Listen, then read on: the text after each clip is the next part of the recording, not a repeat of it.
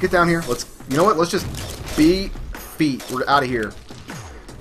But yeah, that kid stumped him. He stumped the Video Power man with his question about, and the guy was like trying to play it off like, oh, she gave him a hard time. Like that was his actual answer, like a joke answer. Like, oh, she gave him a hard time, which is really sexist looking back and thinking about it now. Maybe Video Power contributed to my rampaging misogyny. Maybe that was the influence that caused it.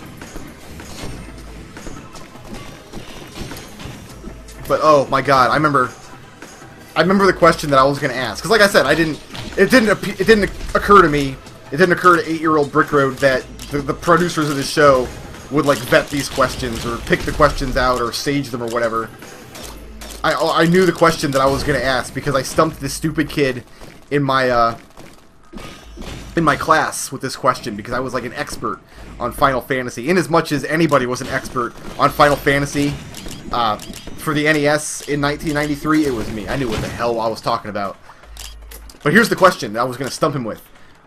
I was going to say, if you took all 4 of the Fiends in Final Fantasy and Chaos, the last boss, and added all of their hit points together, which Fiend would you have to kill so you had exactly 2,000 hit points? That was my question.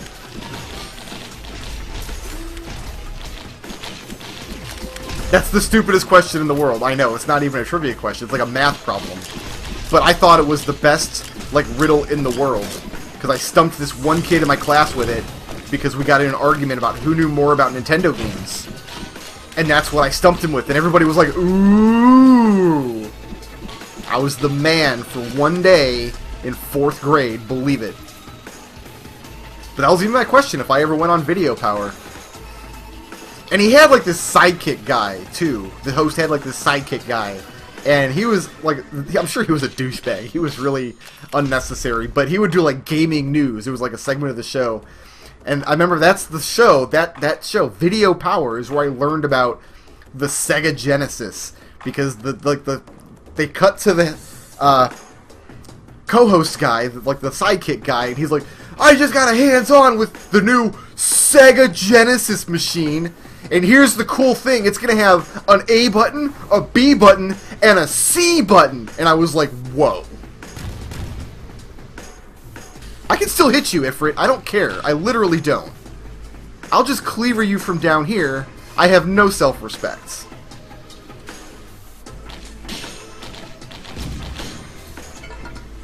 Hey, you know what? I'll take a jetpack. So yeah, if anybody knows what show came on, Video Power was on at 6 a.m. on our local Fox affiliate, Fox 4.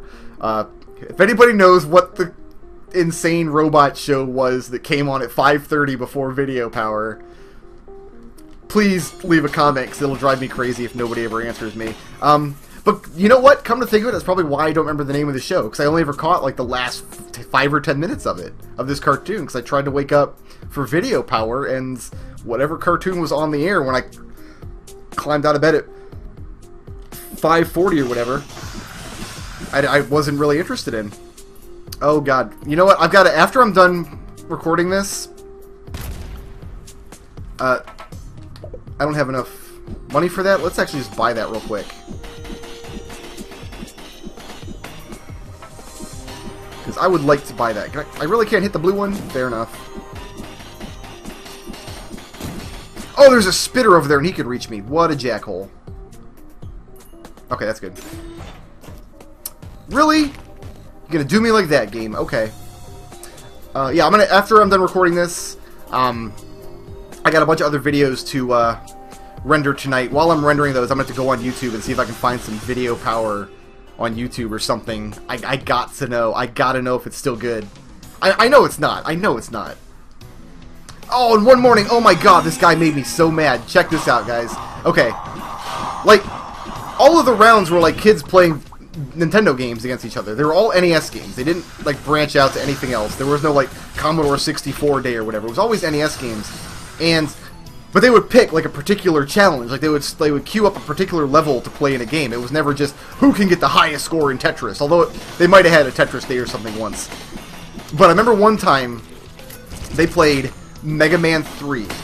And the trick was, like, they picked Top Man's level. And the guy introduced the challenge as, we gotta see who can get the farthest in level 5 of Mega Man 3. And I'm like, it's not called level 5, you buttard! I didn't know the word buttard when I was a kid. That's adult Brickroad calling somebody else a mean name. That's what I came up with for myself, is buttard. It's like, it's not level 5 just because he's in the 5th box on the screen. It's Top Man stage, dummy. And none of these kids, none of these boys got further in Top Man stage than I could have. I was pretty upset. I was like, you know what? I could go on this show as long as it's Mega Man 3 day. There was like 4 games that I could play, and Mega Man 3 was one of them. There's a little bit of extra crit for me with that Harvester Scythe. Oh, and there's a Goat Hoof. Excellent. A little bit of speed. Oh, I'm just saying, I would have rocked ass on Video Power as long as they were playing one of like the 3 games I knew how to play. If they were doing like Kid Icarus or like Paperboy or something silly like that, no, I'd have been up a creek, but... Hey, more crit. Take it. Oh, Video Power. And that cartoon that came on afterwards, it wasn't good. It wasn't a good cartoon. I just remember the guy had robots and he had a lot of like talking heads. Just like talking robot heads on the wall. And looking back, like, you know what? If I could have a bunch of talking robot heads on a wall, I'm sure I would take the opportunity. Like, who wouldn't, right? We gotta go up top. Clear out, I know there's a giant slime up here we gotta clear out and some other stuff, probably. What other crazy early 90s stuff can I just remember out of nowhere? Or was that it? Was Video Power and, was that the capacity for it this morning? Hey, it's His Majesty. Thank you for... So I got a little bit of jump, I got a little bit of speed in this level. The Frost Relic's going to take care of flying monsters in the next level. I'm liking my odds, and we don't have to worry about a cremator. Although, if I had this jetpack and these goat hooves against the cremator, I think I would have done a little bit better. Not saying I definitely would have. I just came up here to kill you guys, and now you're all gone? Fine. Get head stompered on. I'm gonna stomp your head. That's all there is to it. I remember another 90s game show. Oh my god, it was my favorite, you guys. Because we didn't have cable when I was 8, 9, 10 years old. We didn't get cable until I was in like high school. But I remember, like, anytime we were over at a friend's house, all my friends had cable. One of my favorite things to do at their house, like, I would try to visit them or like spend the night or whatever and time it so that I could watch this show on Nickelodeon, because I didn't have Nickelodeon at home. It was a bummer, but I didn't. But my favorite game show when I was a kid was Legends of the Hidden Temple. That show rocked my world. I thought it was so awesome. The big talking head guy, the Olmec, his name was Olmec, the big old talking head. And the first challenge every show, you had like 8 different teams of kids, and they were all a different color and a different animal. You had like the silver snake, which was always my favorite team. I always rooted for the silver snakes. But I had like the green monkeys and the purple horseshoes and who knows what else. But essentially it was an obstacle course show. Like, you had to go in and run through the hidden temple, and you had to find like immunity idols and things. Like, there were these guys, like, you'd look in a secret passage, and oh, it's not a secret passage, it's Jungle Man jumping out molesting you. But if you had the magic idol, if you found one of the magic idols, you could give it to the molester man, and the molester man would have to leave you alone. And he just crawled back in his closet. And he always looked like, oh, I'm so mad now. I'm upset that I gotta go back in my closet because the kid had the magic stone. So it was good times. Legends of the Hidden Temple. I'm gonna spend all night now just watching old 1990s game shows for kids, I'll bet. That's my life now. That's what it's gonna be tonight. Why am I going through here like an idiot? We gotta go back and get that barbed wire. We gotta go back and... Okay, so taser, mortar, barbed wire. We gotta go back and open up a chest, actually. Ding! There's a little bit of healing. Let's watch my hips, though, because the hips can go real quick around these temple guards. The giant mecha spiders that shoot at you. A lot of hips can go really, really quickly. Crowbar. I do not mind a second crowbar, honestly.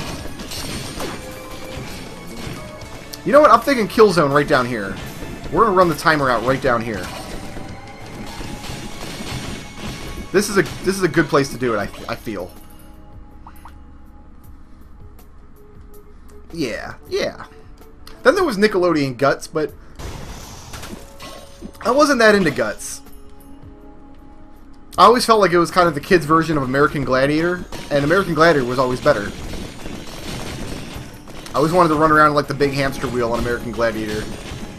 You guys remember when they revived that show for like one season? They revived it on NBC with Hulk Hogan as one of the hosts, and he was glorious and terrible. God bless him. God bless the Hulkster. Alright, what did I get this time? Hey! There's another syringe. Love it. Alright, we can go up here now and,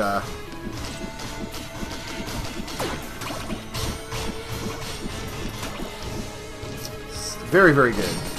Whoa, there's a blighted guy there. I didn't see him. I didn't see him, but he was coming for me. And we got him. Nice.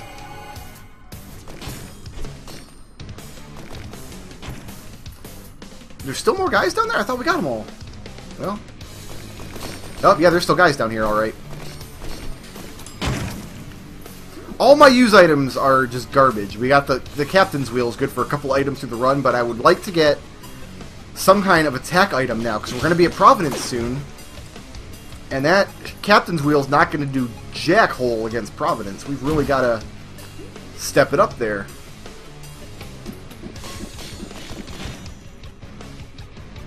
Hopefully we'll get a good use item in the next level. Or we'll get enough keycards that I can grab the orange chest. Would also be nice, because that kind of, I'm not going to say guarantees you a good use item, but it guarantees you your choice of a couple of use items. Alright, off to the contact light. Risk of Rain. UAS contact light. Shoutouts to Nourish'em for sponsoring this video, and to everyone who makes this channel possible by supporting me on Patreon.